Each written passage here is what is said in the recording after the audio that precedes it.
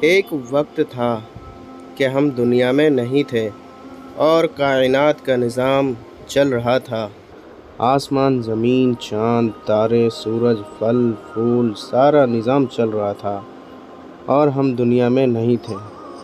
پھر ایک وقت آئے گا کہ ہم دنیا میں نہیں رہیں گے اور یہ کائنات کا نظام چل رہا ہوگا۔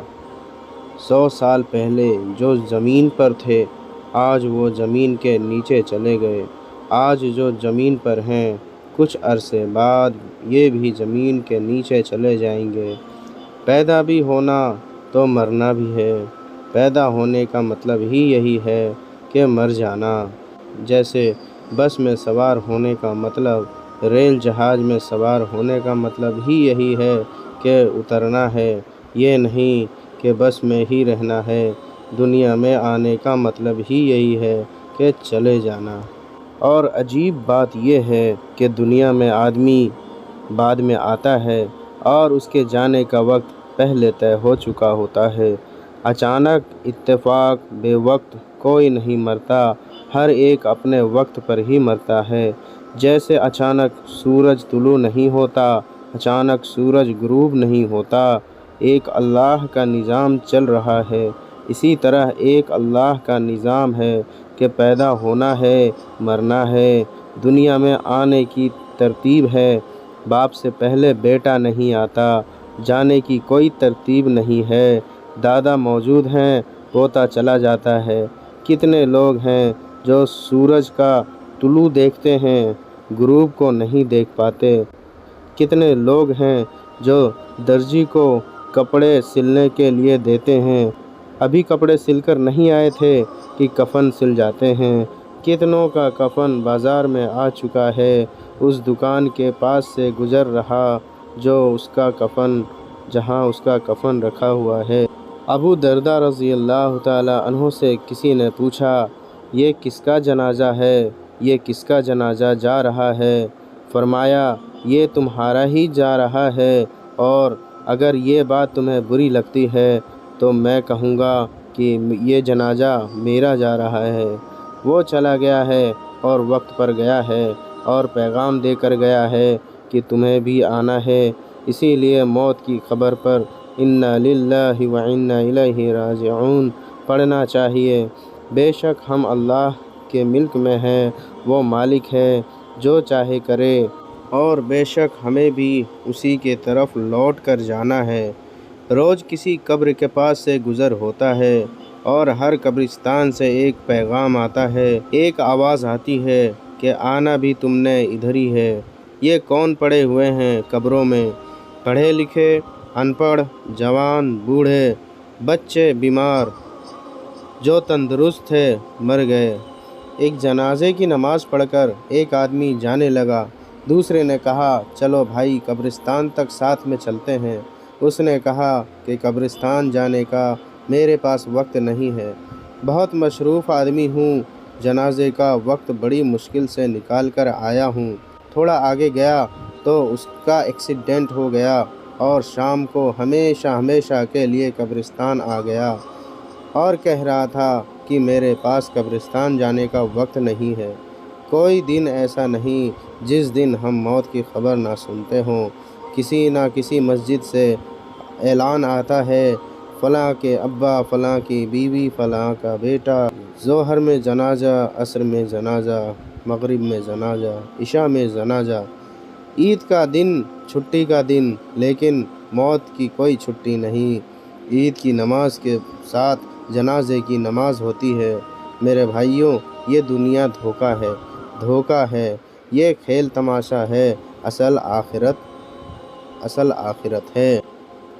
ہم دنیا میں یوں ہی نہیں آئے، ہم دنیا میں آخرت بنانے کے لیے آئے ہیں۔ اصل آخرت ہے جہاں ہمیشہ رہنا ہے۔ یہ دنیا کی زندگی 20، 25، 30 سال، 40 سال، 50 سال، 80 سال، آخر مر جانا ہے، اور آخرت کبھی ختم نہیں ہونے والی۔ عقل مند آدمی کون ہے؟ دنیا کما لینے والا، پیسہ کما لینے والا، بڑے کاروبار بنا لینے والا نہیں۔ عقل مند کون ہے؟ حضور اکرم صلی اللہ علیہ وسلم سے دریافت کیا گیا، یا اللہ کے رسول، سب سے بڑا عقل مند کون ہے؟ آپ صلی اللہ علیہ وسلم نے 2 باتیں فرمائیں کہ جو یہ 2 کام کرے، جس کے اندر یہ 2 باتیں ہیں، وہ عقل مند ہے۔ جو موت کو کثرت سے یاد رکھے کہ مر جانا ہے، یہ دنیا چھوٹ جانا ہے، یہ گھر چھوٹ جانا ہے، یہ کپڑے اتارے جائیں گے، نہ اترے تو کینچی چلے گی۔ دوسرا، جو موت کی تیاری کرے کثرت سے، ان اعمال میں لگے جو قبر میں کام آئے، قیامت میں کام آئے، جو آخرت میں کام آئے۔ یہ دنیا، یہ پیسہ، یہ نہیں قبر میں کام آئے گا۔ آپ صلی اللہ علیہ وسلم نے فرمایا، 3 بھائی ہیں، ایک بھائی کہتا ہے میں دنیا میں تمہارے ساتھ ہوں، مرتے ہی میرا تمہارا معاملہ ختم۔ یہ کون سا بھائی ہے؟ یہ اس کا جائیداد، یہ اس کا پیسہ، یہ اس کی فیکٹری، یہ اس کا مال و دولت ہے، مرتے ہی وارثوں کا ہے۔ دوسرا بھائی کہتا ہے میں زندگی میں تیرے ساتھ ہوں، مرنے کے بعد تجھے غسل دوں گا، جنازہ پڑھوں گا اور قبر میں تجھے دفن کروں گا، اور دفن کرنے کے بعد تیرا میرا معاملہ ختم۔ یہ اس کے دوست، رشتہ دار، باپ بیٹا، اس کا بھائی، اس کا خاوند، یہ زندگی تک، جنازے دفنانے تک، اس کے بعد سگی ماں کو دفنا کر واپس آ جاتے ہیں، سگے باپ کو دفن کر کے واپس آ جاتے ہیں، جوان بیٹی کو گھر میں اکیلا نہیں چھوڑتے اور مرتے ہی قبرستان میں اکیلا چھوڑ آتے ہیں۔ تیسرا بھائی کہتا ہے میں قبر میں ساتھ ہوں، قیامت میں بھی ساتھ ہوں، میں ہمیشہ تیرے ساتھ رہوں گا، میرا تیرا ساتھ کبھی جدا نہیں ہوگا۔ یہ کون سا بھائی ہے؟ یہ اس کے اعمال ہیں، اچھے ہیں یا برے ہیں، یہ اس کے اعمال ہیں جو ہمیشہ اس کے ساتھ چلیں گے۔ تو حقیقی بھائی کون سا ہوا؟ کام آنے والا، نفع دینے والا، ساتھ دینے والا بھائی کون سا ہوا؟ وہ اعمال ہیں۔ آج تم کسی کا جنازہ پڑھ رہے ہو، کل تمہارا بھی جنازہ ہے۔ آج تم کسی کا اعلان سن رہے ہو، کل تمہارا بھی اعلان ہوگا۔ حضور صلی اللہ علیہ وسلم کے پاس ایک جنازہ لایا گیا۔ آپ نے فرمایا اس نے لوگوں کے پیسے تو نہیں دینے تھے؟ جواب ملا کہ حضور اس نے لوگوں کے پیسے دینے تھے اور یہ مر گیا۔ آپ نے فرمایا میں یہ جنازہ نہیں پڑھاؤں گا۔ یا اللہ، کتنی سخت بات ہے! آپ صلی اللہ علیہ وسلم نے جنازے کی نماز پڑھنے سے منع فرما دیا۔ ایک صحابی کھڑے ہو گئے اور کہا حضور ان کا سارا قرضہ میرے ذمہ ہے، میں ادا کروں گا۔ آپ آگے بڑھے اور جنازہ پڑھا دیا۔ ایک موقع پر آپ صلی اللہ علیہ وسلم نے آسمان کی طرف نگاہ اٹھائی اور ہاتھ اپنا ماتھے پر رکھا اور فرمایا کہ سبحان اللہ، کتنی سخت چیز نازل ہوئی ہے۔ صحابہ گھبرا گئے، پتہ نہیں کتنی سخت چیز نازل ہوئی ہے۔ ہمت نہ ہوئی پوچھنے کی۔ ہمت کر کے ایک صحابی نے عرض کیا حضور کیا سخت چیز نازل ہوئی؟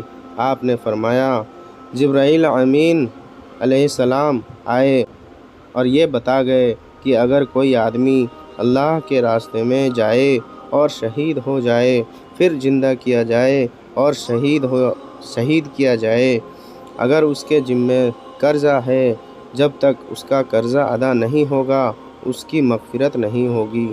ایک صحابی نے عرض کیا اے اللہ کے رسول، مجھے نصیحت فرمائیے۔ آپ صلی اللہ علیہ وسلم نے فرمایا جب نماز پڑھو تو یہ سمجھ کر پڑھو کہ زندگی کی یہ آخری نماز ہے۔ ہو سکتا ہے یہ آخری نماز ہو، اور ہر نماز بہت ساروں کی آخری نماز ہوتی ہے۔ جمعہ بہت ساروں کی آخری ہے۔ اللہ فرماتے ہیں میں نے وہ کچھ تیار کیا ہے جو کسی آنکھ نے نہ دیکھا، نہ کسی کان نے سنا، نہ کسی کے دل پر تصور بھی ہوا۔ جہاں ہمیشہ کی جوانی ملے گی، جہاں ہمیشہ کی زندگی ملے گی، ہمیشہ کی صحت ملے گی، جہاں ہمیشہ کی خوشیاں ملے گی، جہاں کوئی بیماری نہیں، جہاں کوئی بڑھاپا نہیں، جہاں کوئی موت نہیں، جہاں کوئی پریشانی نہیں، وہاں دوستوں سے ملاقاتیں اور رشتہ داروں سے ملاقاتیں، اور اس سے بڑھ کر جنت میں صحابہ سے ملاقاتیں ہوگی، اور اس سے بڑھ کر انبیاء علیہ السلام سے ملاقات ہوگی، حضرت محمد مصطفیٰ صلی اللہ علیہ وسلم کی زیارت ہوگی، اور سب سے بڑھ کر جنت میں اللہ کا دیدار ہوگا۔ کس کو؟ جو آج اللہ کو راضی کر لے اور جو کمی کوتاہی اللہ سے معافی مانگ لے۔ کلکم خطاؤن وخیر الخطائین التوابون، تم سب کے سب خطا کار ہو اور بہترین خطا کار وہ ہے جو اللہ سے معافی مانگے۔ توبہ کر لو، اپنی غلطیاں دور کر لو، اپنی کمی کوتاہی دور کر لو، آخرت کی تیاری کر لو۔ ہم سب میں غلطیاں، کمیاں، کوتاہیاں ہیں۔ جو کمیاں کوتاہیاں ہیں اللہ سے معافی مانگے، اللہ بڑے معاف کرنے والے ہیں۔ حدیث میں آتا ہے، اللہ فرماتے ہیں، اے آدم کے بیٹے، اگر تیرے گناہ زمین سے اٹھ کر آسمان کو جانے لگیں، اتنے گناہ کرنے کے بعد تو مجھ سے معافی مانگے گا تو میں تیرے سارے گناہ معاف کر دوں گا۔ اللہ بہت معاف کرنے والا ہے، رحمان ہے، رحیم ہے، کریم ہے، غفار ہے، معاف کرنے والے ہیں۔ اللہ نہیں چاہتے کسی کو پکڑنا، اللہ معاف کرنا چاہتے ہیں، لیکن وہ توبہ تو کرے۔ اللہ پاک جس سے خیر کا ارادہ فرماتے ہیں اللہ اسے خیر کی باتیں سناتے ہیں۔